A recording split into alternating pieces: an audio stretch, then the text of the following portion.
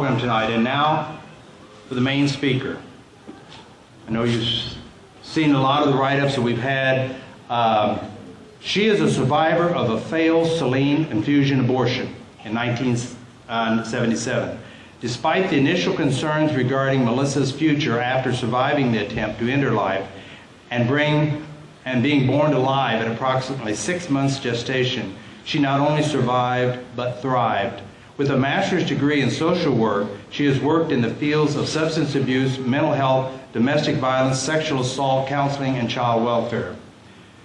The birth of her first child in 2008 prompted awareness that her first child, which was named Olivia, would not have come into existence if the abortion had been successful. After years of searching for her biological family and offering them forgiveness for the decision that they made to end her life, Melissa's story and her life is so much more than one of survival. It is about God's grace, forgiveness, and answering God's call.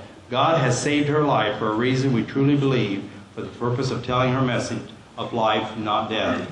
Let's give a warm welcome to Melissa Ovid.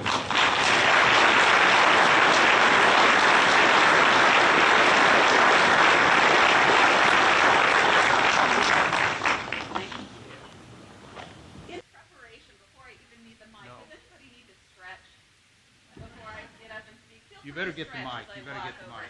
Yeah. They can't hear you. Feel free to stretch while I get to the podium. Is that one better? Yeah, feel free to get up and stretch if you need to. I always start to worry. The more people sit and I'm getting ready to come up here, I'm thinking, I want you all to stretch. We've had lots of people speaking tonight, but I'm going to take up a little bit more of your time. So feel free to stretch a little, shake it out, and grab a seat again. I always apologize. I wish I had time to let you all go to the restroom, but that's just not possible. This is as good as I get for now. I just want to tell you all a little bit about me getting here tonight. Certainly, I think you know that I'm not from around here. When it takes me about a half hour to get here from, where was I, Montgomery? That makes sense, right? I was going in this square. My GPS kept telling me to turn, and I was thinking, I'm not supposed to turn there. So it took me a little while to get here, and I should know better than that. I've spent a lot of time speaking in Indiana. I've spent a lot of time speaking in Kentucky. I have family in Kentucky, and I know that this is a great land. And you know how I know that? Because great lands are where your GPS really doesn't work well. I know it. It is beautiful. So thank you all for allowing me to share in this special evening with you all. And wherever I go, I always listen to all of the speakers of the night and think, how am I going to top that? I don't need to top that. What I want to do is complement that. Because what my story and what my message truly is about tonight is all of those things that we've already heard about tonight wrapped together. Wrapped together. And I'm so grateful for this opportunity. I want to start out by asking you all a question. How many of you in this room are prayerful people? Raise your hand. And don't look at your neighbor. Right? There's always someone who looks around and says, did you see they didn't raise their hand? You going to say something to him, or am I? The reason why I ask you that is not only about the 40 Days for Life campaign, but truly every pro-life ministry around you, whether it's Right to Life, whether it's the pregnancy centers, your prayers truly have an impact. And I want to make that clear to you through my own life story tonight. I've been speaking now publicly as an abortion survivor for about 4 years, and I'll share some of that with you all tonight. But I was speaking at an event a couple of years ago, not far from where I live in Sioux City, Iowa. As I said, I'm not from around here. Sure wish I was, though. We're working on that. But I was speaking at an event not far from where I live. And when I went to speak that night at that Right to Life event, I didn't know the blessing I was going to receive. People always think I give so much to other people, but I guarantee you I get far more back in return than what I even give. And that night as I was speaking at this event, there were 2 men in the room who were just taken with sobs. One was a younger man and one was an older man, and they were on opposite sides of the room. The younger man got up and left before I ever had a chance to speak with him. The older man stuck around that night And I thought, I really need to talk to him and find out what it was that so struck his heart. And that night, he climbed up on the stage to give the closing prayer. And I thought, this is getting interesting. And as he climbed up on the stage, the collar of his shirt peeked out. And I realized he was a priest from the local community. And he said the most amazing words that night on the stage that took my breath away. He said to all of us in the room, "And who says that prayers go unanswered?" And I know I was holding my breath thinking, I think he's talking to me.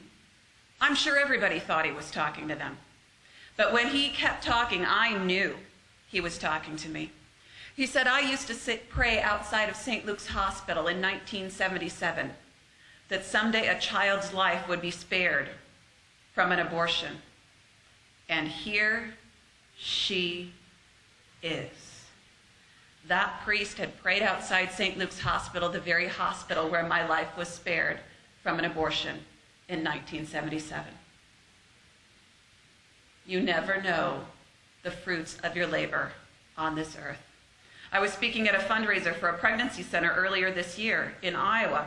And as I shared that story, one by one, people stood up from their tables and said, Melissa, I used to pray outside that hospital too. Melissa, I used to march outside that hospital. How many people's prayers saved my life? Don't ever take it for granted. And if you aren't praying for these ministries and for preborn children and their parents every day, I hope that you're inspired to do so after tonight, because it makes a world of difference. And by now, all of you know, I survived a failed abortion in 1977. Certainly you all have done the math and you know how old I am, right? It's okay. Sometimes people say, I'm sorry that I mentioned that. You don't need to be sorry. I'm not too prideful to admit that I'm 34 years old. And I'm not too prideful because my birthday is truly my birthday. And so many people don't think about what a birthday truly means.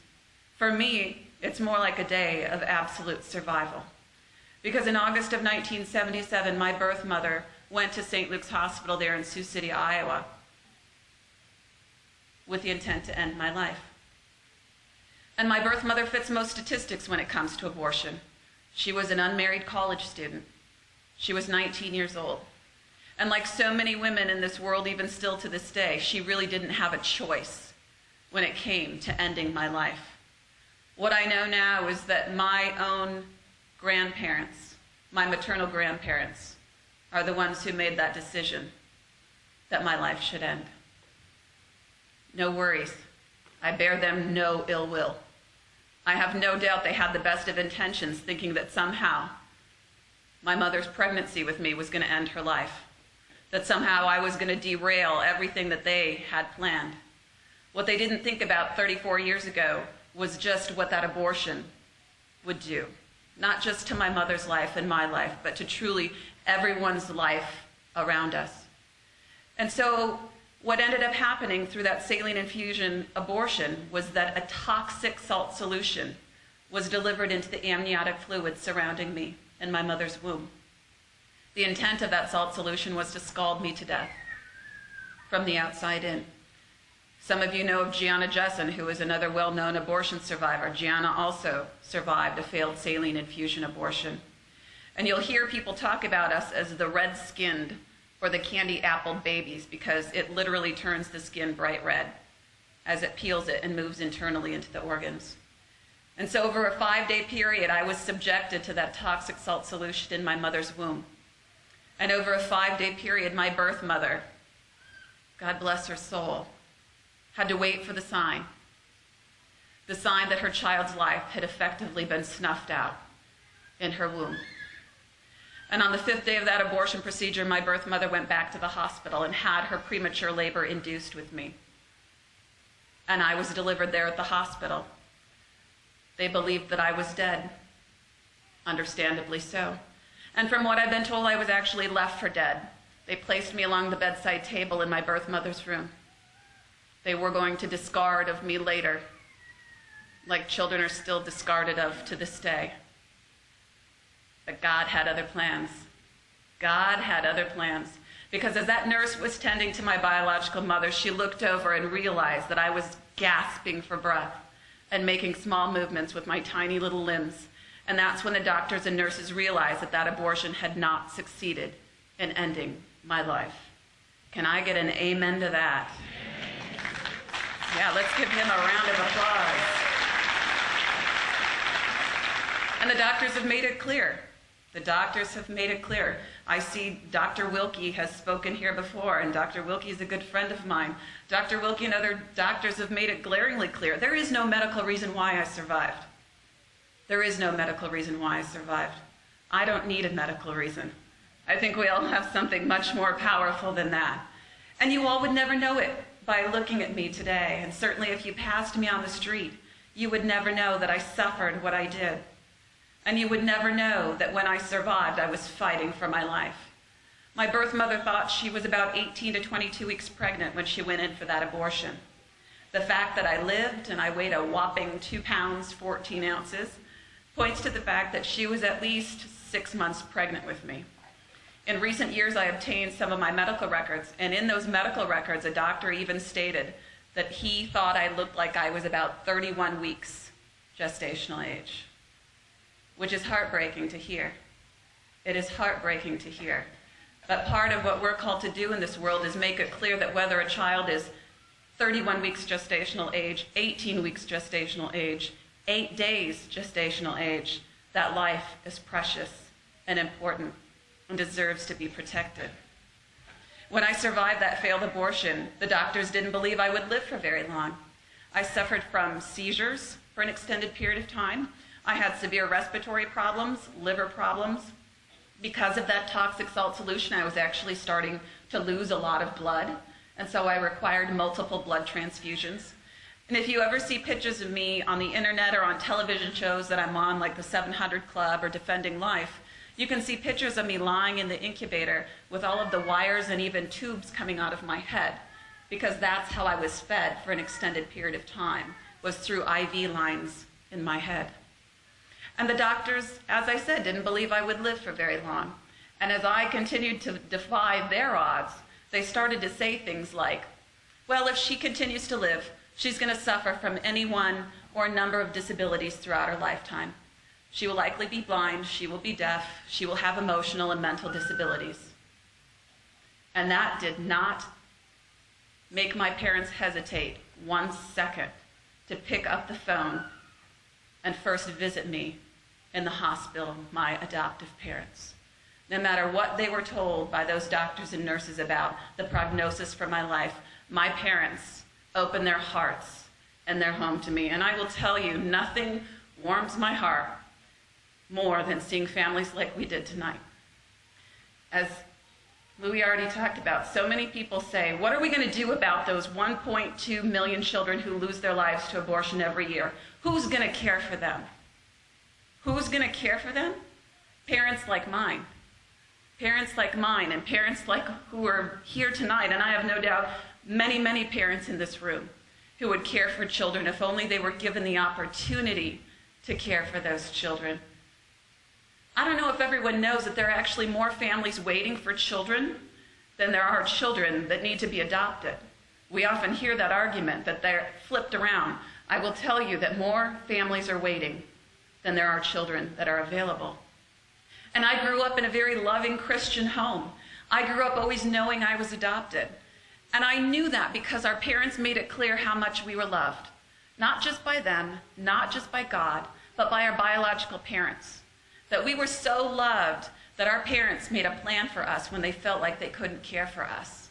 And I say us because I have an older sister who's also adopted. Our parents struggled for 15 years with infertility. And I have no doubt, like so many people, they questioned God during some of those years, thinking, is this the plan? I didn't think this was the plan. I had other plans. That was the plan, for them to be available to my sister and I as parents. And lo and behold, after that plan was fulfilled, 15 years later, God blessed them with a biological child of their own. God has this way of working, doesn't he? Absolutely. And my brother's a huge blessing. He's a huge blessing. But adoption was so normal in our family, and that's why I think it's so great that you acknowledge those adopted children every year. Because in our family, adoption was so normal, we couldn't understand why they had our brother. If you ever see interviews, you will actually hear me tell this story. When I was 7 years old, that's when I found out about my little brother. And they sat us down and they said, "We're having another child." And my sister and I looked at each other and said, "That's great, you're adopting another baby?" And they said, "No, look at your mom. She's pregnant." And I fell off the couch. I fell off the couch and I picked myself up and I looked them in the eye and I said, "Why would you do that? Why would you do that? Look at this good thing we have going on here. You didn't have to have him. You could have adopted another child." That was our normal. That's how blessed we felt in our family. Certainly every single one of us are a blessing to our parents, but that's how we grew up. That's how loved we felt. And it wasn't until I was 14 years old that I didn't quite feel as loved. And my life changed forever. Because when I was 14, I found out the truth about being an abortion survivor. And nobody but God orchestrated the events that had it all unfold. Because when I was 14, my older sister became pregnant as a high school student. She was 18 years old, but she hadn't finished high school. And even though we talked about adoption in our family, we didn't really talk about abortion very much. Because I think in my parents' hearts, they felt like we didn't need to talk about it. Because it just wasn't even an issue. It wasn't ever going to happen in our family. And then lo and behold, the unthinkable. And even though my sister and I were raised in a strong home where we were taught the value of every human life, like so many women who find themselves with an unplanned pregnancy, my sister started to question what she was going to do. But she was very courageous, and she told our parents about the pregnancy and that she had doubts about what she wanted to do about it. And our parents decided that it was time to pull out all the stops, that it was time to tell her about my survival, so that she would truly understand why we believe what we believe about the value of human life. And so they told my sister about my survival. And like any good teenage girl, my sister couldn't keep it secret for very long. She wasn't going to let that one just be kept to herself. And my sister let me know about it one night. She didn't tell me outrightly, but she encouraged me to talk to our parents about it. She said to me one night in the middle of an argument, she said, "Melissa, at least my parents wanted me." At least her parents wanted her? Last time I had checked, we both ended up in the same place. And I was 14 and incredibly witty, and I wanted to point that out to her. But when I went to say something back to her that night, the look on her face just stopped me dead in my tracks. And that's the night that she proceeded to tell me to ask our parents for the truth. And I was scared to death. I had no idea what my sister was talking about. I always knew I was adopted. I always knew I was born prematurely. Those didn't seem to be odd things in my life. I knew lots of people like me. Or so I thought. And that night I waited up for our mother and I told her about the discussion my sister and I had. And my mom got that same pained look on her face. And I knew it was something huge. But I never could have imagined what the truth really was in our lives. That night, my mother had to tell me that I was the survivor of a failed abortion. Can you imagine what that was like for her? And 20 years later, I can't even put into words what that night was truly like for me. I always tell people to think about the worst day of their life. That was the worst day of my life.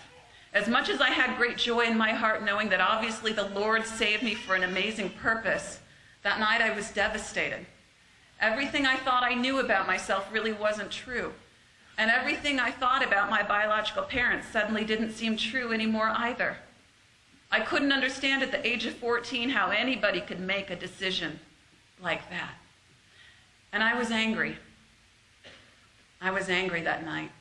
For the first time in my life, I was angry with my biological parents. But I didn't remain angry with them for very long because the Lord really put it on my heart that I had nothing to be angry about. And it is so true. I have nothing to be angry about. I've been blessed with life. I've been blessed with health. in case anybody was wondering. There is nothing physically, mentally, or emotionally wrong with me, no matter what my husband might tell you otherwise.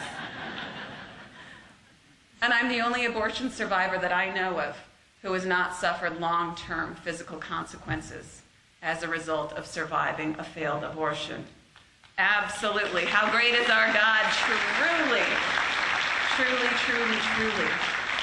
And so that night, even though I was angry, what I ended up developing was a great sadness and a great heart for my biological parents and people like them who are impacted by an abortion.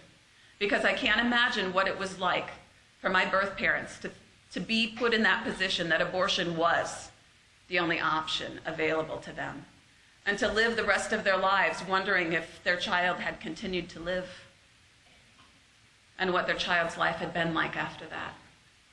But I was angry, and I was sad, and I even struggled with feelings of embarrassment, shame, and guilt for many, many years. The embarrassment and shame because of the world that we live in, the culture of death that so, by and large, wants to talk about children like me who are aborted, like we somehow cease to exist, that we're somehow unworthy, unwanted, unloved, you name it, that we can be discarded of like the trash. I suffered from that for a long time, and I even suffered with guilt when we know how many children have not been as fortunate as I am. And then to be perfectly healthy, I felt so guilty, so guilty. And I questioned God for many years. Who am I? Who am I for you to have saved me out of 53 million children? Why me? I am one that he called. I am one that he called. And we are all called by him to be a voice for life. We are all survivors in the grand scheme of things. I'm just in a slightly different role than all of you. And when I was 19, I started doing things to prepare me for this ministry. And I'm sure some of you in this room are like me and have had long-standing conversations with God about what you're supposed to use your life for, right? Those are interesting conversations to have, aren't they? Mine usually went a little something like this. You want me to do what? No, you don't say. Are you sure? Are you really sure? I'm not sure. I'm not sure I can do it. I know you saved my life for a great purpose, Lord, and I am so thankful for this. But I'm not strong enough. I'm not courageous enough. I don't have skills as a public speaker. You name it. We can all come up with an excuse why it is that we can't do what we're called to do. And so I spent years in conversation with him, and he let me have those conversations with him because he was shaping me and molding me to be the very person that I am today. And when I was 19, I was starting to fall into line more obediently with what he was asking me to do. And I started looking for my biological family, and I started looking for my medical records. The medical records make lots of sense to people, considering we live in a world that doesn't want to acknowledge people like me. That makes sense that I needed to have them. What many people don't understand is why I started looking for my birth family. For me, that's pretty simple. No matter what the initial decision was regarding my life, my parents ultimately gave me life. And I am forever grateful to them.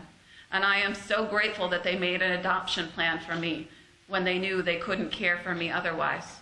And so I wanted to reach out to them to let them know I'm so grateful and that I love them so very much and that I had forgiven them so long ago I can't even tell you when it was.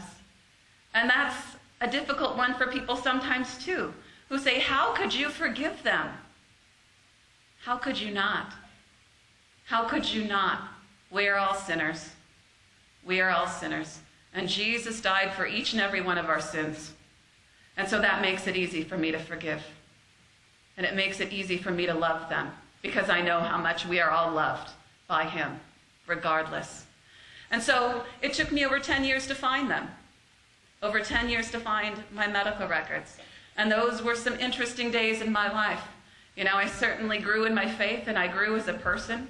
In those years, I met my husband. We married. I had my master's degree in social work. And most people thought I probably had the most amazing life.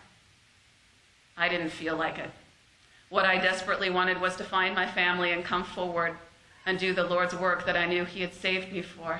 And I was waiting for his perfect timing. And I will tell you that when the Lord's perfect timing starts to unfold, it is just a beauty to behold, isn't it? When you keep your eyes open to it and you see things happening in your life and you just know his fingerprints are all over it. And in a matter of time, in 2007, I finally obtained my medical records after years and years of trying unsuccessfully. Through my medical records, I found my birth family because they forgot to black out their names. Some people call that a mistake. I call that divine intervention. Absolutely. The Lord unfolded that plan. So I found my birth family, I obtained my medical records, and I knew it was time to reach out to them. So in 2007, I contacted my birth father first. And this is how great God is. You know, we talk about Scripture and how it talks about the Lord weaving our lives. I was living in the same city as my birth father. That is amazing. I knew that's where the abortion had taken place, but whoever would have thought that my family was actually living there 30-some years later. So I reached out to my father and I sent him a letter that summer of 2007 letting him know everything I've told you all tonight. And I said, you know, if you ever want to talk to me or have a relationship, I'll be waiting to hear from you. And do you think I ever heard back from my biological father? I never did. I never did. And those were some difficult days in my husband and my life to deal with that rejection, even though I had tried to prepare myself for that. But I knew I didn't need to feel rejected because I always know who my father truly is. And people need to keep that in mind. We always know who we are in relation to our Creator. And not long after I reached out to my father but never heard back from him, I contacted my mother's side of the family. I've never had the chance to find my birth mother. She married someone else after the abortion. And so I've never been able to find her. But I knew who her parents were. So I reached out to them. And I sent them a letter similar to the one I sent to my father. And do you think I ever heard back from them? I actually did within just about 3 days. Amazing. Especially knowing what we all know now, that one of them or both of them played a very heavy hand in that abortion taking place. That was very courageous of them to reach out to me. And they told me lots of things about my birth family, that my parents had dated for 4 years before they became pregnant with me. And he told me, sadly, that my mother had never told another living soul about that abortion. Like so many other women, she's never talked about it. And that's what truly breaks my heart for my birth mother and women just like her, that so many people live in pain and suffering and regret. No one needs to suffer. No one needs to suffer, and not in silence. People need to find healing. They need to know that there's forgiveness. They need to know that there's hope out there.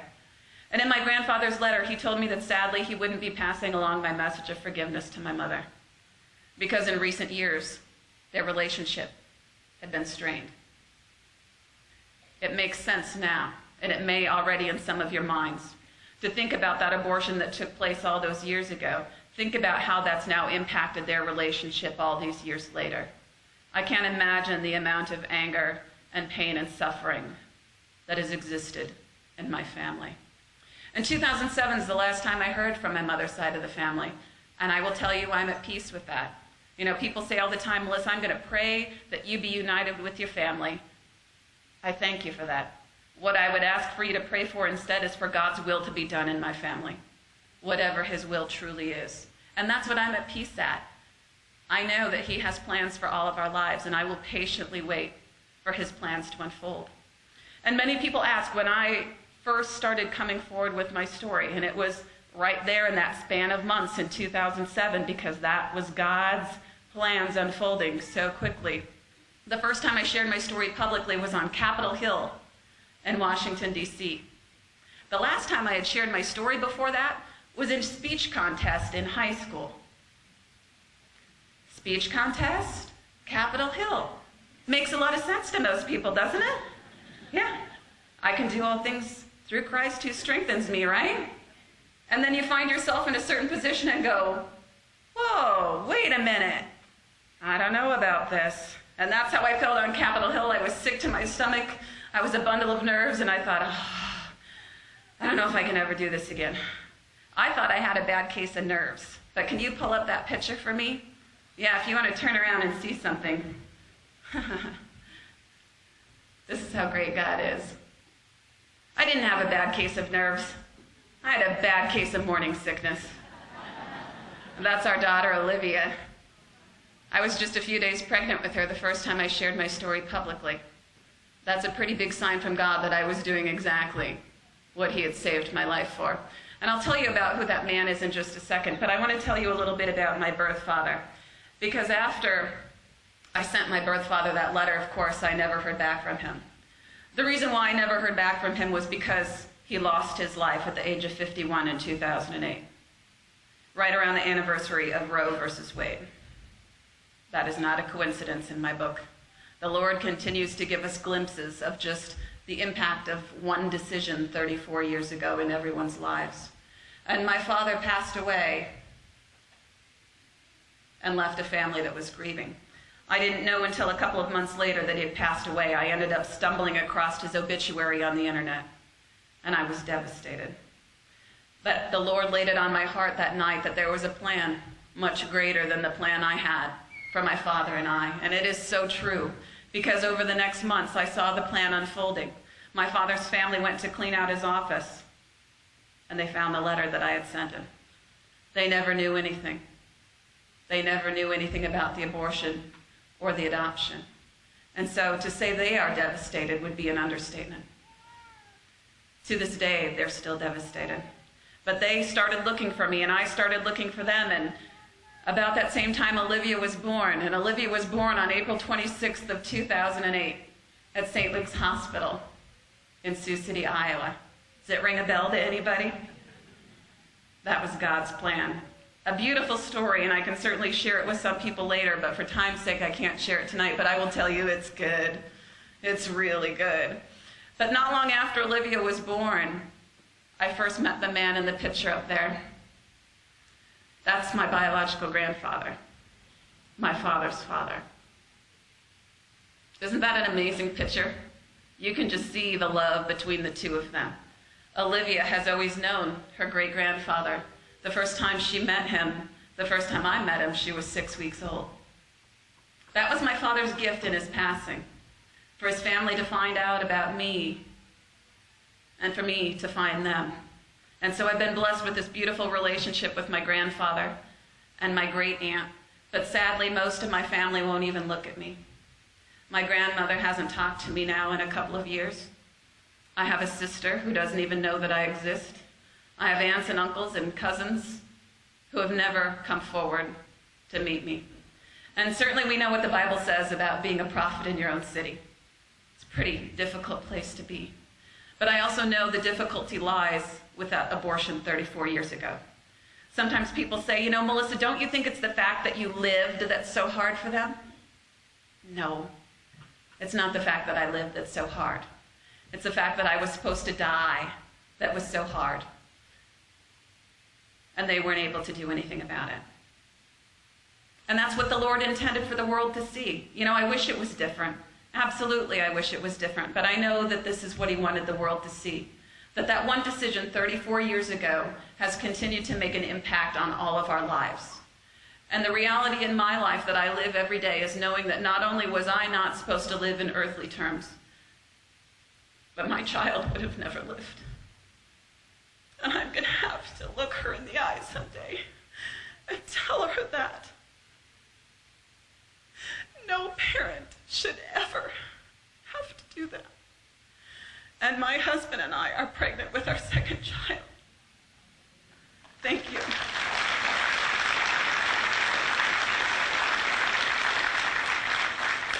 How many people does one abortion truly affect? How many lives does one abortion truly affect? My family is a living testament to the fact that no one is left untouched by that abortion. And I can guarantee you all of us in this room have been touched by an abortion somehow. And I know, like so many people, you're probably listening to me tonight thinking, wow, she's kind of good at that. I've gotten kind of good at it. I didn't want to do this with my life. I spent many days in comfort, liking what I was doing with my life and liking how I lived my life. But the Lord did not call on me to be comfortable. The Lord called on me to do my calling in this world. And I'm sure, like me, so many of you are feeling the same way, hearing what the Lord is putting on your heart and knowing that he's calling you to do something or do more, and you're afraid. Maybe you're afraid that you don't think you have what it takes. I would encourage you to think about the fact that the Lord doesn't call on us to be able. He calls on us to be available. And when you finally make yourself available to him, you will suddenly discover you have this gift of talents that you never thought existed. And so that's what I'm going to encourage you to do tonight, is to think about those talents and those gifts and use them. Use them in mighty ways to save and transform lives like mine. You're going to have the opportunity in a couple of minutes to think about how you can support the work of this organization. And whether that's through your financial gifts or through your time and your talents, I encourage you to do that. Could you imagine what it would be like if I had never come forward with my story because I was too scared or because I didn't really feel like I wanted to do it? Use what the Lord has called you to do. And I want to take one last minute to talk about something for my own self. For me, I live every day knowing the reality of abortion. And for me, the personal is truly also political. And I know that's something that makes people uncomfortable. But for me, the personal absolutely is political. And so for me, there are three things that I strive to do in this world, and that is to speak the truth, to educate people. It's to look at and influence legislation and ultimately legislators at every level, and to love. Most people are comfortable with 1 and 3 and not 2. But I will tell you time and time again that without the right to life, nothing else matters.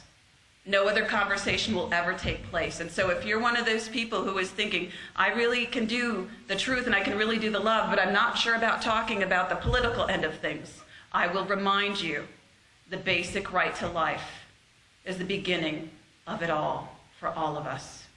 Thank you so much for your time tonight.